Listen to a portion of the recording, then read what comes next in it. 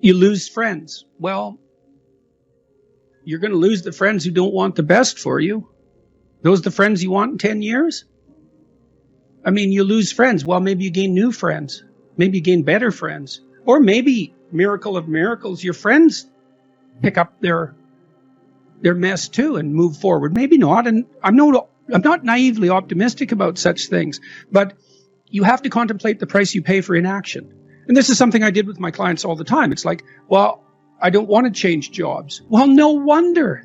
It's like, you have to go put yourself out to be interviewed. You have to send out 500 resumes.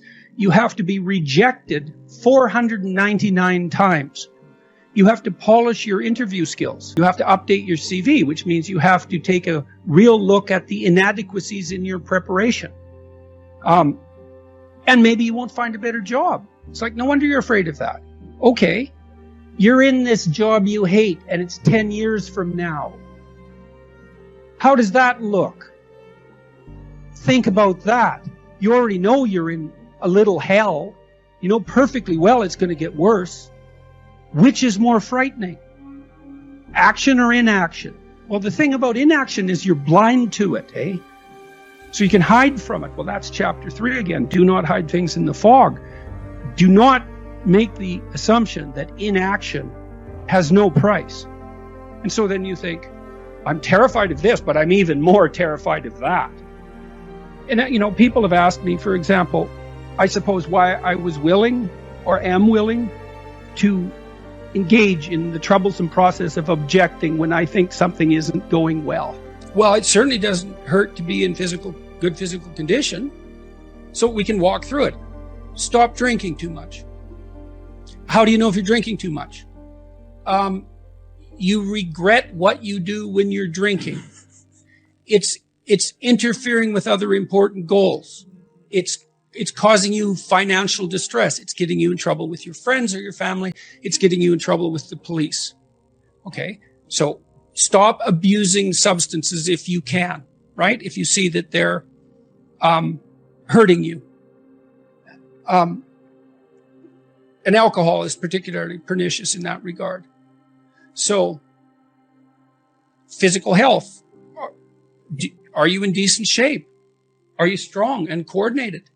And if you're not, well, you'd be better if you were. You'd feel better. You'd be more effective. You'd live longer. You'd be less sick. And you really see that mount up. Like if someone's been in shape once in their life, they age way better. And it's also a really good way of maintaining your cognitive ability. Like, you know, you hear about those exercises that you can do online to make you smarter and keep your cognitive ability intact. Yep. Those don't work. There's no evidence that they work. People keep saying that they make you smarter or they maintain your cognitive function. Psychologists have studied that for 50 years, hoping that one of those things will work. Trying all sorts of creative tacks, they don't work. Exercise works. Cardiovascular and weightlifting. You start to decline in your fluid intelligence at about the age of 25. And it's a linear trend downhill, and it can accelerate as you get older. It's just like this, quite ugly. If you exercise, you stave that off. So that's really useful. Maintain your relationships and foster them. So when I look at successful people, they're really good at something. They're reliable, right? You can count on their word. They're generous, and they have a wide connection network, which becomes more and more valuable as you get older. Yeah. So it's one advantage that older people really have over younger people. They have a connection network, and a connection network is huge. Well, you could be connected to 1,000 well-connected people. Okay, that means you are connected to the entire world. Right, it's unbelievably valuable. And that's one of the things that's so absolutely remarkable about the situation that I'm in right now. As far as one of the great benefits is I can contact pretty much anybody and they'll talk to me. It's like, really? That's so cool. I'm interested in infrastructure for reasons I won't get into, but I'm interested in infrastructure development. I think it's a good method of wealth transfer. It's a good solution to the problem of inequality and employment. I reached out to a leading expert on infrastructure last week, see if he'd talk to me. I thought, I don't know anything about infrastructure except that it's worn to a frazzle and we should do something about it. He agreed to talk. And having a connection network is of inestimable value. It's huge. Reliability, generosity, you can work on both of those. Philosophical sophistication, it's very useful because it orients you properly. You have a sophisticated sense of the world. You find, for example, that doing things for other people is actually more rewarding than virtually anything else you can do. And you hear you should be of service to other people. Well, if you actually watch yourself, you pay attention to yourself and you do something that helps someone else and it genuinely helps them, I defy you to find another experience that is that satisfying. It's actually quite stunning how satisfying that is. And so that's a very useful thing to realize, because I'm more afraid of the consequences of inappropriate silence. It's not that I'm brave.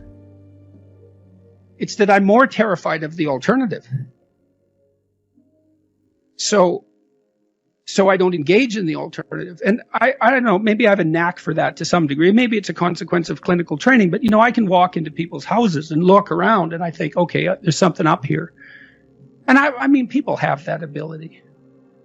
I walked into a house once and the dishwasher was in the middle of the kitchen and it was undone and had obviously been there for a couple of weeks. And the fridge had food in it that was no longer food.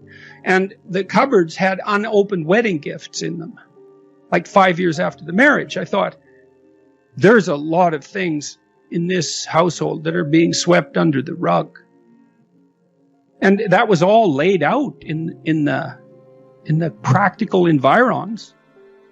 It's like they hadn't negotiated who was responsible for cleaning the fridge. They hadn't even been able to open their wedding gifts. It's like something's rotten, deeply so. And so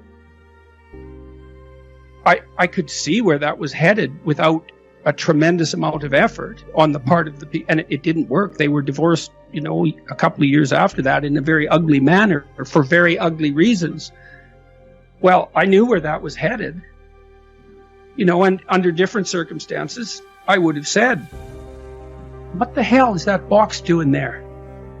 Oh, it's nothing. Yeah, no, wrong. It's not nothing.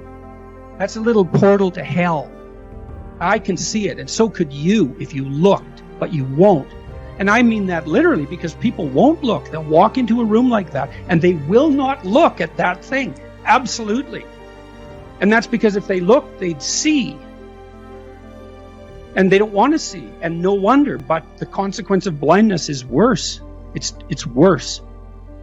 I mean, I have this, my family would like some peace, because I seem to be embroiled in one thing after another. And,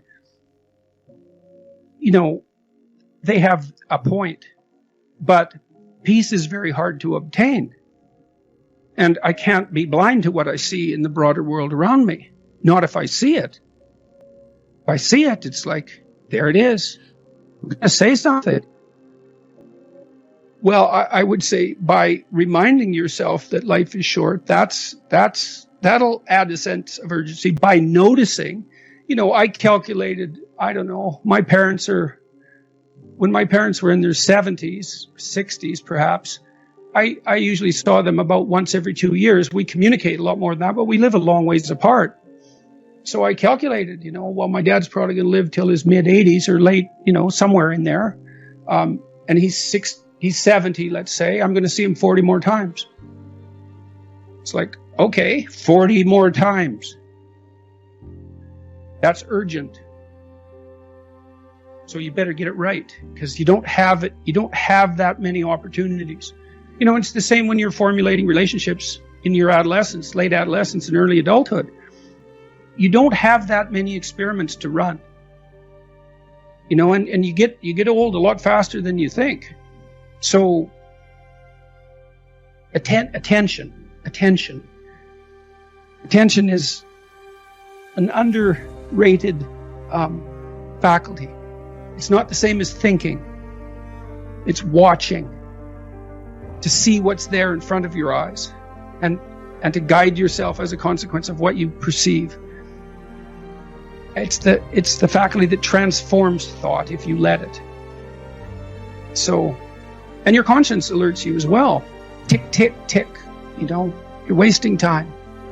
And very few people are happy with that.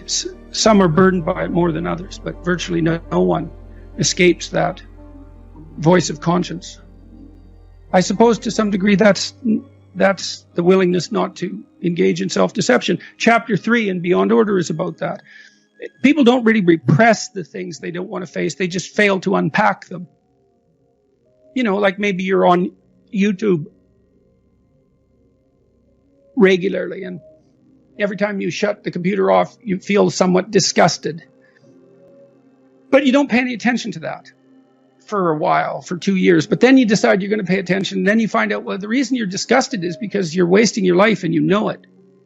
And that disgust is indicating that. But unless you attend to the disgust and unpack it, let it reveal itself as informative, you don't know what the message is. You just have a sense of disquiet.